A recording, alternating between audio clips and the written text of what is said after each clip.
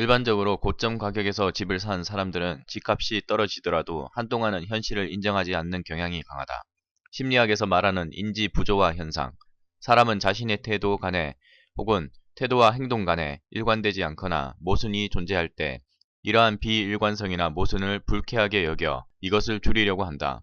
이를 위해 태도나 행동을 바꾸려 시도하는데 태도는 다른 사람들이 모르지만 행동은 이미 다른 사람이 알고 있으므로 행동에 맞게 태도를 바꾸게 된다는 심리학적 용어 때문이다. 한국처럼 아직 부동산 거품 붕괴 초기인 나라에서야 오죽하겠는가. 아무튼 대박을 꿈꾸며 주변 사람들의 촉화 속에 꾸준히 이자를 넣으며 2년 반 동안 은행 좋은 일만 시키다가 결국 2009년 봄에 새 아파트에 입주하게 되었습니다. 아파트를 파시려면 부동산 사이트의 하한가보다 20% 이상 싸게 내놓아야 할 거라는 제 말에 흥분해서 쪽지를 보내신 분들이 많은데 정말 사실입니다. 요즘은 거래 자체가 없기 때문에 시세를 논하는 것이 아무런 의미가 없습니다. 언론과 각종 사이트에서 떠들어대는 시세에 제발 현혹되지 마시기 바랍니다. 본인이 직접 혹은 주변에 정말 친한 지인이 실제 매도 또는 매수한 가격이 정확한 시세입니다. 로열층이라서 5천만원을 더 받는 구조가 아니라 로열층이 4억 원이니까 2, 3층은 3.5억 원에 마이너스가 되어서 팔리는 그런 구조. 집값이 오르지 않는 상태에서 매월 300만원 이상 거액의 이자를 내면서 버틸 수 있는 가게가 얼마나 있을지 의심스럽다. 만약 5억 원을 빌린 가구가 거치 기간이 끝난 뒤 원리금을 함께 내게 된 경우 20년 분할 상환을 하더라도 원금만 추가로 208만원가량을 내야 한다. 이 경우 1년에서 2년 내에 아파트를 처분할 수 없다면 경매에 넘길 수밖에 없게 된다. 과도한 부채를 배경으로 오른 집값은 부동산 시장 안팎의 조그만 충격에도 무너지게 된다.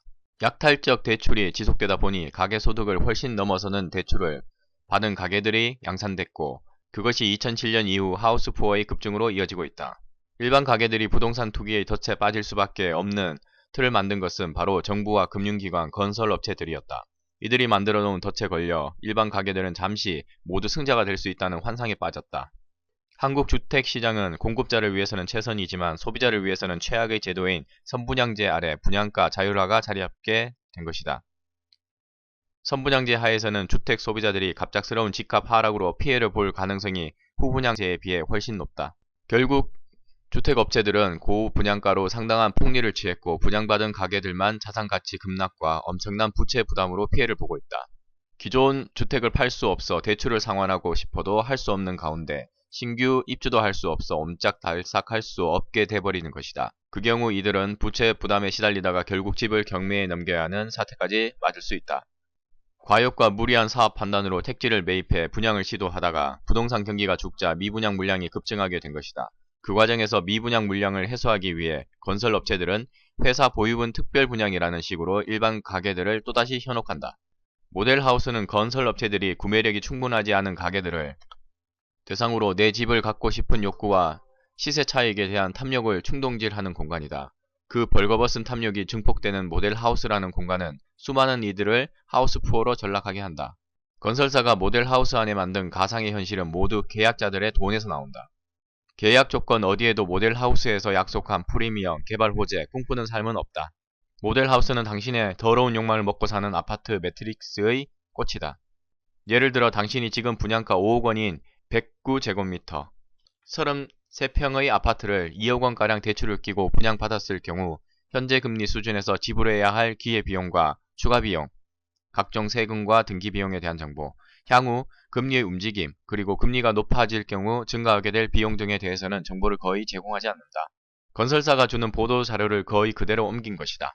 일부 계약자들이 계약금을 포기하고라도 분양받은 물건을 팔아야 하는 이유는 바로 대출금 때문이다. 투자 정보를 빙자한 광고성 기사와 이와 연계된 광고를 통해 꾸며지는 부동산 특집면은 신문사의 주 수입원 가운데 하나다. 수많은 독자들은 일방적으로 선동적인 정보틈에 노출된다. 그렇게 돈이 된다면 왜 대규모로 미분양되었을까?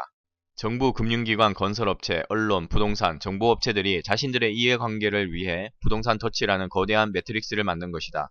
그 같은 덫에 걸려든 상당수 일반 가게들이 지금 하우스푸어로 전락하기 직전의 상태에서도 매트릭스를 벗어나지 못하고 있다. 집 가진 빈자가 될 것인가, 집 없는 부자가 될 것인가, 냉정하게 계산기를 두드려야 할 시간.